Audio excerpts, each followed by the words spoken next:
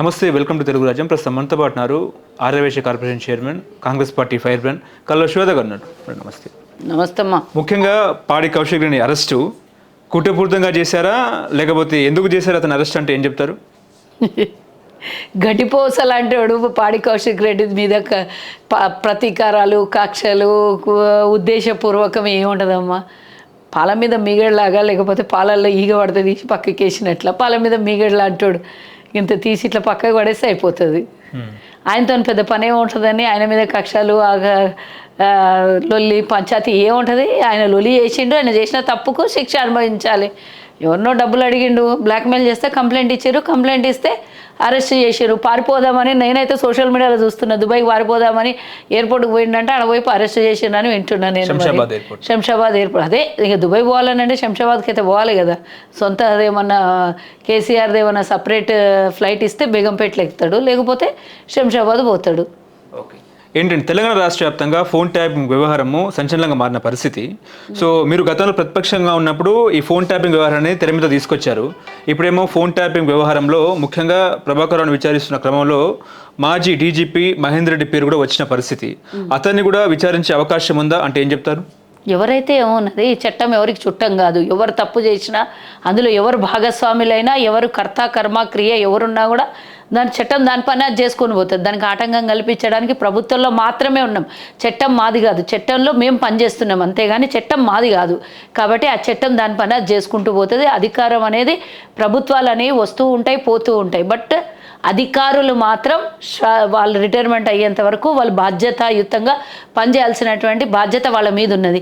ఎవరు తప్పు చేసినా చట్టానికి ఎవరు చుట్టం కాదు. ఆయననే చట్టంలో ఉండి తప్పు చేసిందంటే డెఫినెట్గా విచారణ జరుగుతుంది. పేరు బయటకు వచ్చింది అని అంటే డెఫినెట్గా విచారణ జరగాల్సిందే కదా.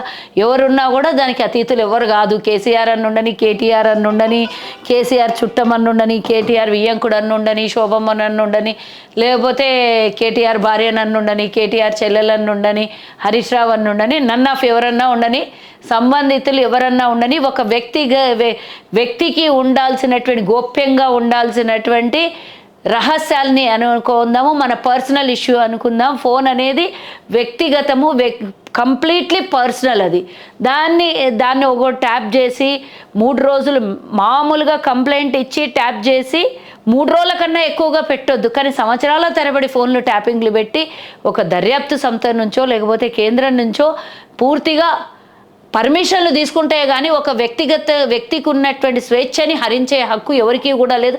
అందులో ఫోన్ అనేది పూర్తిగా ఎవరి హక్కు వాళ్ళది. అది ఈరోజు నేను అడుగుతున్నా, కేటీఆర్ని అడుగుతున్నా, ఆయన ఫోన్ ఇయ్యమని అంటే నేను కూడా చదివింది ఇది. నేనేమి లోపలికి వెళ్ళి అధికారులతో నేను క్వశ్చన్ చేసింది కాదు. నేను కూడా చదివిన విషయం, న్యూస్ పేపర్లో చదివింది, సోషల్ మీడియాలో చదివింది నేను చెప్తున్నా. కేటీఆర్కి లోపల అడిగినటువంటి విషయము నీ ఫోన్ ఇయ్యమని అడిగిందంటే వాళ్ళు. నా వ్యక్తిగతము, నా ఫోన్ అని అడిగినప్పుడు ప్రతి ఒక్కళ్ళ వ్యక్తిగతమైనటువంటి సమాచారం నువ్వెట్లా సేకరించినవారు దుర్మారు కూడా నేను అడుగుతున్నా. ప్రతి ఒక్కళ్ళది వ్యక్తిగతం, వందలాది. ఒక్కళ్ళదంటే ఏదన్నా చేసినావు అంటే సరే, ఎవరన్నా ఒక్కళ్ళది చేసినావు, అది ప్రభుత్వానికి లాభం జరుగుతుంది, లేదా ప్రభుత్వం మీద ఏదన్నా దురాక్రమణలు జరిగేవి ఉన్నాయి, అన్యాయం జరిగేవి ఉన్నాయి, మోసం జరిగేది ఉన్నది, తప్పుదాలు జరిగేది ఉన్నది, స్కామ్ జరిగేది ఉన్నది అంటే దాని మీద విచారణకు పెడతారు. కానీ ఏ సంబంధం లేనటువంటి వాళ్ళకు, వ్యాపారస్తులకు, గృహిణీలకు, ఎవరో ఇంటలెక్చువల్స్కి, లేదా గతంలో ఉన్నటువంటి కాంగ్రెస్ పార్టీ ప్రతిపక్షంలో ఉంటే మొత్తం కాంగ్రెస్ పార్టీ చాలామంది నాయకుల మీద, లేదా కాంగ్రెస్ పార్టీ కొంతమంది స్వచ్ఛందంగా సహాయం చేయడానికి వచ్చిన వాళ్ళ మీద, రకరకాల వాళ్ళ మీద ఫోన్లు ట్యాపింగ్లు చేసి ఇబ్బందికి గురి చేసి, అంతెందుకు రేవంత్ అన్న ఇంట్లో, రేవంత్ అన్న భార్యది, రేవంత్ అన్న కూతురుది, డ్రైవర్లది, గన్మ్యాన్లది, వాళ్ళ ఇంట్లో పనిచేసే సెక్యూరిటీది అందరు ఫోన్లో ట్యాపింగ్ చేసిండ్రు అని అంటే అంతకన్నా దుర్మార్గం ఎక్కడున్నదా? ఏడ తీసుకొని పోయి నడి బజార్లా ఈడ్చుకొని చెప్పుతో కొట్టినా సరిపోదు కేటీఆర్కి అని నేను అంటున్నా. మామూలు విషయమా ఇది? ఒక గోప్యంగా ఉంచాల్సినటువంటి సమాచారాన్ని పబ్లిక్గా చేసినావు నువ్వు అని అంటేనే, దాన్ని బ్లాక్మెయిల్ చేసినావు నువ్వు అని అంటే ఎంతో దుర్మార్గుడు అనుకోవాలి. ఆయన మీద సోషల్ మీడియాలో అవుతున్నటువంటి ట్రోళ్ళు చూస్తుంటే మామూలుడు ఎవడన్నా ఉంటే సూసైడ్ చేసుకొని చచ్చిపోతుండే. ఆయనకి సిగ్గు లేదు, శరం లేదు. మళ్ళా ఏమంటారు, అది ఊర్మందం తుమ్మినా తల 2 దన్నినా నాకు సిగ్గు లేదు అన్నట్టు వాడు తిరుగుతూనే ఉంటాడు. దరిద్రుడు మాట్లాడుతూనే ఉంటాడు. ఆయనకి ఒకడు పాడిగాడు తోడవుతాడు. వీడికి పాడిగాడితే ఈడు లొల్లి చేస్తాడు, ఈయనకి లొల్లి చేస్తే ఆడు లొల్లి చేస్తాడు. కాబట్టి వీళ్ళకి ఎంత తొందరగా వీలైతే అంత తొందరగా విచారణ చేసి తీసుకొని పోయి దరిద్రం లోపలేస్తే బాగుంటుందని నేను అనుకుంటున్నాను. మీ ఫోన్ కూడా ట్యాప్ అయిందా? ఏమో తెలవాలి, పోలీసు వాళ్ళు ఎప్పుడైనా ఫోన్ చేసి రండి మేడం మీకు కూడా విచారణ చేసేది ఉంది దీని మీద అని అంటే రేపు పొద్దున ఏమన్నా ఉండొచ్చు. వ్యతిరేకించిన వాళ్ళు, ప్రశ్నించిన వాళ్ళది ప్రతి ఒక్కళ్ళ ఫోన్ ట్యాపింగ్ చేసి పెట్టిన వాళ్ళు. అందులో మేమేమి అతిథులం కాకపోవచ్చు, మమ్మల్ని ఏమో ఎగ్జామ్షన్ ఇచ్చినోడు కాకపోవచ్చు. కేసీఆర్ని కేటీఆర్ని ప్రశ్నించిన వాళ్ళందరినీ ట్యాప్ చేసి పెట్టిండు. అందులో ఏంటన్నా ఓషన్లో డ్రాప్ అంతా మేమేమన్నా కనబడినాం, ఏంటన్నా ట్యాప్ చేసి వినేటప్పుడు మావేమన్నా మాటలు వినబడి వీళ్ళు మమ్మల్ని ప్రశ్నిస్తున్నారని ఏ వీడియోనన్నా చూసింటే వీళ్ళని కూడా వదలొద్దని ట్యాప్ చేసి ఉంటాడు. చెప్పలేము, ఏదన్నా జరిగి ఉండొచ్చు. సొంత భార్యను వదలలేదు, సొంత చెల్లెల్ని వదలలేదు, ఎవరిని వదలని వాళ్ళు మాలాంటి వాళ్ళని వదులుతారని మేము అనుకోము. ఇప్పుడు హీరోయిన్లు అదేవిధంగా డాక్టర్లు వ్యాపారస్తుల ఫోన్ కూడా ట్యాప్ చేశారని ఆరోపణలు వినిపిస్తున్నాయి, నిజమే అంటారా? ఏమో మరి అందరు బయటికి చెప్తా ఉన్నారు. డెఫినెట్గా అంతకుముందు కూడా చాలామంది చెప్పిండ్రు, వ్యాపారస్తులు కూడా చెప్పిండ్రు, ఎంతోమంది ప్రతిపక్షంలో ఉన్నటువంటి రాజకీయ నాయకులు కూడా చెప్పిండ్రు ఫోన్లు ట్యాప్ అయిపోయినాయి అని. కానీ అప్పుడు రేవంత్ అన్న పూర్తిగా ప్రూఫ్లతో సహా చెప్పిండు, పలానా 70 మందిది నాకు సంబంధించో, మాకు సహాయం చేస్తున్నోళ్ళో, మాకు మీద సదాభిప్రాయం ఉన్నోళ్ళయో ట్యాప్ చేసిందని ఎన్నికలకు ముందే చెప్పిండు. ఒక్కొక్కరిని వదలని బిడ్డ ఏడ పొక్కల దాచుకున్నా తీసుకొని వచ్చి కాలర్ బట్టి గుంజి లోపలేస్తా అని చెప్పిండు రేవంత్ అన్న. ఆ మాట మీద నిలబడ్డాడు. ఈరోజు విచారణ జరుగుతుంది. పోలీసు ఈరోజు ఏదైతే ఫోన్ ట్యాపింగ్ వ్యవహారం ఉన్నదో దానికి సంబంధించి ఓడోడు తప్పుడు పనులు చేసిండ్రో అందరూ ఒక్కొక్కరు బయటపడుతున్నారు. ఎట్లయితే కాళేశ్వరం విషయంలో బయటపడ్డారో అట్లా కూడా ఫోన్ ట్యాపింగ్ విషయంలో ఒక్కొక్కరు బయటపడుతున్నారు. మొత్తం దొరలకు సంబంధించిన వాళ్ళే దాంట్లో వ్యవహారంలో ముఖ్య పాత్ర సూత్రధారులు ఉన్నారు. ప్రభాకర్ రావుతోని ఇంకా చాలామంది, ఇంకోడు ఎవరో ఉండే కదా ఏమో రావు, వాడు డిస్కులన్నీ తీసుకొని పోయి అనంతగిరి, ప్రణీత్ రావు, వాడు అనంతగిరి వికారాబాద్ మా కాన్స్టిట్యున్సీ పక్కనే తీసుకొని పోయి ఆడ నది అడవి ఉంటుంది అన్ని ముక్కలు చేసి కాల్ చేసి పడేసి నీళ్ళలో పడేసి రకరకాల ప్రయత్నాలు చేసిండు. అయినా కూడా తప్పు చేసినోడు ఏడన్నా ఒక జాల దొరుకుతాడు, ఏడనో ఒక జాల ఆనవాళ్ళు దొరుకుతాయి. ఆ ఆనవాళ్ళను పట్టుకొని ఈరోజు మొత్తం చేస్తున్నటువంటి వ్యవహారాన్ని బయటికి తీసిండ్రు. అమెరికాలో కొన్ని నెలల నుంచి రెస్ట్ తీసుకుంటున్నాడా లేకపోతే తప్పించుకునే ప్రయత్నం చేసిండా ప్రభాకర్ రావును కూడా తెలంగాణకు పట్టుకొని వచ్చి విచారణ జరుగుతుంది. తెలంగాణ ప్రజలు 6 గ్యారెంటీల మీద కొంచెం అసంతృప్తిగా ఉన్నారు కాబట్టి క్వశ్చన్ నీకు ఎక్కడ కావాలో ఆన్సర్ ఎక్కడ చెప్పాలో నాకు అర్థం కాదు. లేదు అట్లా కాదు, నీ క్వశ్చన్ కి ఆన్సర్ ఏం కావాలో నాకు అర్థం కాదు. మీ మీడియా వాళ్ళకి ఫోన్ ట్యాపింగ్ తెర మీద తీసుకొచ్చిండ్రా అని మీరే అడుగుతారు. లేదా మేము దీని మీద విచారణ జరిపినాం అనుకోండి ఇట్లానే మాట్లాడతారు. జరపలేదనుకోండి కుమ్మక్క అయిపోయినరు, కొల్లుడు అయిపోయినరు. మేమేదో అనుకున్నాం, ఎన్నికల ముందు లోపలేస్తా అన్నాడు రేవంత్ రెడ్డి, అవి సవాల్ ఇసిరిండు ఇవి సవాల్ ఇసిరిండ్రు. ఇప్పుడు వీళ్ళు లోపల ఒకటే అయిపోయారు కాబట్టి విచారణ లేదు, తొక్కలేదు. వాళ్ళని గాలికిడి చేసిండ్రు. కాళేశ్వరం విషయంలో అయినా, ఫోన్ ట్యాపింగ్ విషయంలోనైనా, ఈ కార్ రేస్ విషయంలోనైనా గాలికిడి చేసిండ్రు అని మొన్నటిదాకా మీరే అంటారు. సరే అని చెప్పేసి విచారణ మొదలు పెడితే 6 గ్యారెంటీలో లోపం ఎక్కడ కనబడిద్దమ్మా నీకు? 6 గ్యారెంటీలో మేము చేసినటువంటిది ఎవరు భారతదేశం లోపల ఒక తులం బంగారమే కనబడుతుంది, కానీ తులంకు మించి ఈరోజు తెలంగాణ మహిళలకి రేవంత్ రెడ్డి కోటీశ్వరులను చేయాలని కలగంటూ వాళ్ళని ఈరోజు వడ్డీ లేని రుణాలు ఇస్తూ పావులా వడ్డీ రుణాలు కొన్ని అసలే వడ్డీలు లేనివి ఈరోజు ఒక మహిళ బస్సు నడిపించగలుగుతుంది, ఒక మహిళకి ఉచిత బస్సు ఇవ్వగలుగుతున్నాం, ఒక మహిళకి ఈరోజు విద్యుత్ శక్తి తయారు చేయడం కోసమే వాళ్ళకే ఇస్తున్నాము. ఈరోజు ఇంకా ఏమంటారు, అది రైస్ మిల్లు పెట్టుకోవడానికి మహిళలకు ఇంత పెద్ద ఆస్కారం ఇస్తున్నది మా ప్రభుత్వము. ఏది చేసినా మహిళలకు ముందు పీటేస్తున్నది, అది కనబడతలేదు. ఇంత పెద్దది కోట్ల రూపాయలు మహిళలకు చేస్తున్నది కనబడతలేదు. తులం బంగారం గురించి మాట్లాడదాం, ఇస్తాం తప్పకుండా. మేము ఇచ్చిన గ్యారెంటీలలో మేము నెరవేరుస్తాం తప్పకుండా. ఆ రోజు 60,000 ఉండే ప్రభుత్వం ఏర్పడక ముందు ఈరోజు 1,00,000 అయింది. 1,00,000 కాదు 10,00,000 తప్పదు ఇచ్చినటువంటి హామీని నెరవేర్చడానికి. ఇందిరమ్మ ఇండ్లు ఇస్తున్నాం. కేసీఆర్ ఇచ్చిండా 10 ఏళ్లలో ఇందిరమ్మ ఇండ్లు? నాకు ఏడిచ్చిండు? యా ఊర్లు ఇచ్చిండు? మీ ఊర్లు ఇచ్చిండా? రాలేదు కదా. మరి మేము మొన్న ఇస్తున్నాయి అన్ని నియోజకవర్గాలలో మీకు కళ్ళకు కనబడుతున్నాయి. దాని పట్టాలు ఇస్తున్నాము, దానికి సంబంధిత పునాదులు వేసుకోమని చెక్కులు ఇస్తున్నాము, వేసిన వాళ్ళకి ఇచ్చేస్తున్నాము. 2వ విడత కూడా రిలీజ్ చేసినాం మొన్న. రేపు మా ఊర్లో కూడా మా నియోజకవర్గంలో కూడా ఆల్రెడీ 4 మండలాలలో ఇచ్చినాం, ఇంకో మండలంలో రేపు ఇస్తున్నాం. ఇట్లా మేము ఈరోజు వచ్చి 4.5 లక్షల ఇండ్లకి సంబంధించి డబ్బును రిలీజ్ చేస్తున్నాం. మేము 4.5 లక్షల ఇండ్లు మామూలు విషయం కాదు కదా. వాళ్ళు 10 ఏళ్ళు ఉంటే కూడా 30,000 ఇండ్లు ఇవ్వలేదు కనీసం. దుర్మార్గానికి అంతు లేకుండా పోయింది. ధనిక రాష్ట్రాన్ని అడకతిని రాష్ట్రం చేసినా వాళ్ళు బాగా చల్లగా సమ్మగా ఉండే. మేము అన్నీ చేస్తుంటే మీరు ఇచ్చిన హామీలు అంటారు. ఏం తప్పినాం చెప్పు? మేము ఇచ్చిన హామీలలో 1-2 4,000 పెన్షను, తులం బంగారం 2 కనబడుతున్నాయి. ఈరోజు 500 గ్యాస్ ఇచ్చి 500లకు గ్యాస్ ఇస్తే కనీసం 2 నెలలకు ఒక గ్యాసో నెలకు ఒక గ్యాసో పనికొస్తుంది, ఒక 500 మిగులుతున్నాయి. రోజు ఉచిత బస్సు వల్ల ఊర్లలోకి పోయేటోళ్ళు కానీ, వ్యాపారానికి పోయేటోళ్ళు కానీ, ఉద్యోగానికి పోయేటోళ్ళు కానీ, చదువుకున్న వాళ్ళే కానీ, కూలికి పోయేటోళ్ళే కానీ, ఇంకా రకరకాల వ్యవస్థలలో మహిళలు ఈరోజు 2,000 నుంచి 3,000 రూపాయలు మిగిల్చుకోగలుగుతున్నారు. అంతేకాకుండా 200 ఉచిత యూనిట్ల కరెంట్ ఇవ్వడం వల్ల కనీసం 1,000 రూపాయల కరెంటు బిల్లు మిగులుతోంది. ఇన్ని రకాల సదుపాయాలను ఇస్తున్నాం మా ప్రభుత్వానికి. మీరు చేయలేదు అంటుడు కేసీఆర్. ఏమైనా పెద్ద ముల్లబెట్టిపోయినాడు ఈడ చేయనికి? అయినా కానీ మేము చేయడానికి ముంగల్కి వచ్చినాం కదా. ఇచ్చిన హామీలు తప్పొద్దు, కష్టాలే, పనులే, ఇచ్చిన హామీలే అని ఒక్కొక్కటి తీరుస్తున్నాం.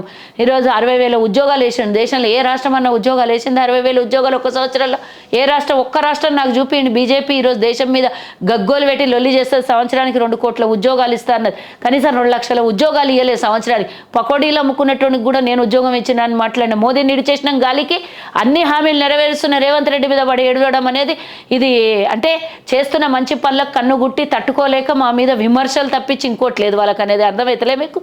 ఫోన్ ట్యాపింగ్లో బండి సంజయ్ కూడా విచారణకు ఎదుర్కొంటారా? ఫోన్ ట్యాపింగ్లో చల్లకుండా ఫోన్ ట్యాపింగ్లో ఎవరైతే ఉన్నది ఫోన్ ట్యాపింగ్లో నాకు తెలిసి ఏంటంటే విచారణకు పిలిస్తే కొన్ని నగ్న సత్యాలు కూడా బయటపడతాయి ఏమో అనిపిస్తుంది. ఎందుకంటే గ్రానైడ్ దందాలు, ఆడ చేస్తున్నటువంటి వ్యవహారం ఇవన్నీ బయటపడతాయి. ఎందుకంటే చాలామంది బండి సంజయ్ గురించి మా మైనంపల్లి అన్నని అడిగితే బాగా చెప్తుండొచ్చు. బండి సంజయ్ గురించి ఎక్కడి నుంచి వచ్చిండు మనం విన్నాం కూడా. నేను స్వయంగా 50 ఏళ్ల కింద కాదు బండి సంజయ్ రాజకీయాల్లోకి వచ్చి, మొన్న ఈ మధ్య కాలంలో వచ్చినప్పుడు ఆయన మాట్లాడినప్పుడు నా నా భార్య మెడలో పుస్తలు అమ్మి మరీ నేను జెడ్పీటీసీగా పోటీ చేసిన అన్నాడు. ఈరోజు 1,000 కోట్ల రూపాయలు ఎక్కడి నుంచి వచ్చినాయో కూడా ఫోన్ ట్యాపింగ్లో ఏమైనా బయట పెడితే బాగుండు అనిపిస్తున్నది ఆ విషయాలు కూడా.